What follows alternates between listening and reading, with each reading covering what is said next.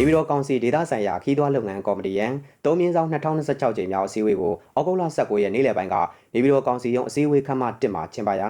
အစည်းအဝေးသို့နေပြည်တော်ကောင်စီဒေသဆိုင်ရာခီးသွွားလုပ်ငန်းကော်မတီဥက္ကဋ္ဌနေပြည်တော်ကောင်စီဥက္ကဋ္ဌဦးကံမြင့်တန်းတာဝန်ရှိသူများပုဂ္ဂလိကခီးသွွားလုပ်ငန်းအဖွဲ့အစည်းကိုယ်စားလှယ်များတက်ရောက်ကြပါတယ်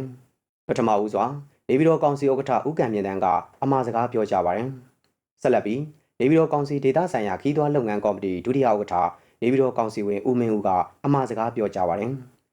အဲဒီနောက်တက်ရောက်လာကြတဲ့ဌာနဆိုင်ရာတာဝန်ရှိသူများနဲ့နေပြည်တော်ကောင်စီဒေသဆိုင်ရာခီးသွွားလုပ်ငန်းကော်မတီမှတာဝန်ရှိသူများကခီးသွွားလုပ်ငန်းနဲ့ပတ်သက်တဲ့ကိစ္စရပ်များကိုရှင်းလင်းဆွေးနွေးတင်ပြကြရာနေပြည်တော်ကောင်စီဥက္ကဋ္ဌကလိုအပ်တာများကိုဖြည့်စွက်ဆွေးနွေးပြီးနှီးကုန်းချုပ်အမှာစကားပြောကြပါတယ်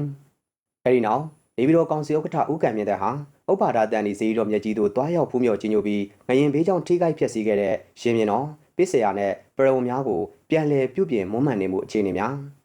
မူလရင်မြင်တော်ကျန်းငယ်အားပြင်ဆင်နေမှုအခြေအနေများနဲ့ထိပ်ဖူးတော်ပိုင်းဆိုင်ရာပြုပြင်ထိန်းသိမ်းဆောင်ရွက်နေမှုများကိုကြည့်ရှုစစ်ဆေးပါတယ်။အဲဒီလိုစစ်ဆေးစဉ်ဇီတော်ကြီးအပြင်ဘက်အောက်ခြေမှာထိပ်ဖြားအထိဆင်ရင်ထားတဲ့ညန်းစင်မှတစ်စင်တက်ရောက်ပြီးစိန်ဖူးတော်အပါအဝင်ထိပ်ဖူးတော်ပိုင်းဆိုင်ရာပြုပြင်ထိန်းသိမ်းဆောင်ရွက်နေမှုများကိုကြည့်ရှုစစ်ဆေးရာတာဝန်ရှိသူများရဲ့တင်ပြချက်များအပေါ်နေပြည်တော်ကောင်စီဥက္ကဋ္ဌကလုပ်ငန်းများအမြန်ဆုံးပြီးစီးအောင်ဆောင်ရွက်ရင်းတတ်မှတ်စံချိန်စံညွှန်းများနဲ့အညီရေရှည်ခိုင်ခံ့မှုရှိအောင်ဆောင်ရွက်ရင်းဤပညာပိုင်းဆိုင်ရာပြုပြင်မွမ်းမံရေးလုပ်ငန်းများစနစ်တကျစီမံဆောင်ရွက်နိုင်ရေးနဲ့လုပ်ငန်းခွင်အနေနဲ့ကင်းရှင်းစေရေးတို့ကိုမှာကြားပါတယ်။ငရင်တန်ကြောင့်ဥပ္ပါဒတန်ဒီစီတော်နဲ့ဆက်ဆက်ပြီးပျက်စီးခဲ့မှုများကိုပြုပြင်မွမ်းမံရေးလုပ်ငန်းများဆက်လက်ဆောင်ရွက်လျက်ရှိရာ